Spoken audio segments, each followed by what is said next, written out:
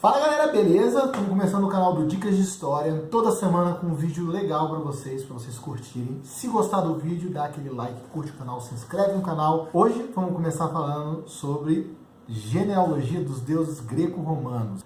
Quem são, o que representam, como são divididos esses deuses, são verdadeiros? Vamos ver?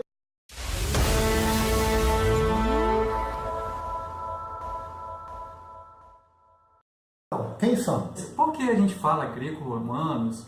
Por que não é só grego? Por que não é só romano? Isso é uma história muito mais longa. Os gregos, eles pensaram, eles inventaram, eles formaram essa mitologia. Só que, na verdade, eles foram dominados pelos romanos. Isso há muitos anos atrás. Então, os romanos se aproveitaram dessa formação e passaram a utilizá-la. Os deuses, eles mudam os nomes. Tem o nome grego e tem o nome latino. Os mesmos deuses.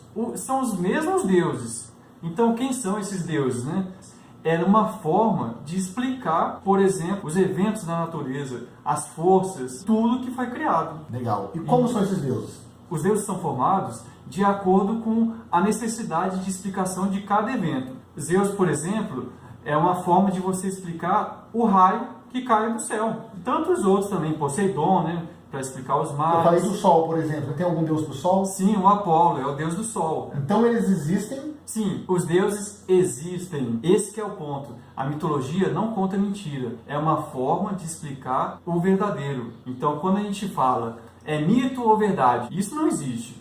O mito é uma verdade contada de outra maneira. A forma de os gregos explicarem os fenômenos da natureza era através dos mitos. Então, mito é verdade. Legal, mas a gente vai falar muito antes disso, né? Sim, vamos pensar em 4 partes. Primeiro, aqueles deuses individuais. Depois, vamos pensar nos deuses titânicos, que não são só os titãs. Tem os titãs, os hecatônqueros, os ciclopes, etc.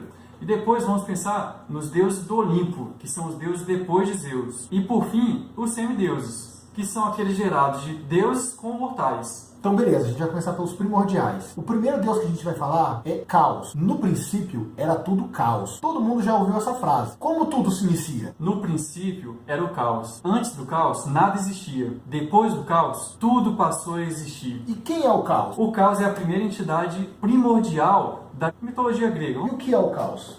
O caos é o nada. O caos é aquela escuridão máxima. E o que tem além do Caos? Além do caos não existe nada. Que maravilha. E quem eram os filhos do Caos? Caos teve 3 filhos, Gaia, Érebo e Nix. Ou seja, do caos, do nada, tudo foi gerado. Os gregos não conseguiam explicar de onde nós viemos. Então eles não conseguiam ter essa noção. O que tinha no começo? Por isso que ele falou que o começo era caos. O começo era o nada. E desse nada gerou o tudo. Complicado isso. Inclusive para a gente hoje, nós não conseguimos ter essa explicação perfeita de onde viemos. Cada um tem sua religião, cada um tem sua filosofia, seu pensamento, sua ideologia. Mas ninguém consegue explicar efetivamente, de forma racional, de onde viemos. Então, cada um tem sua explicação dentro da sua convicção religiosa e filosófica.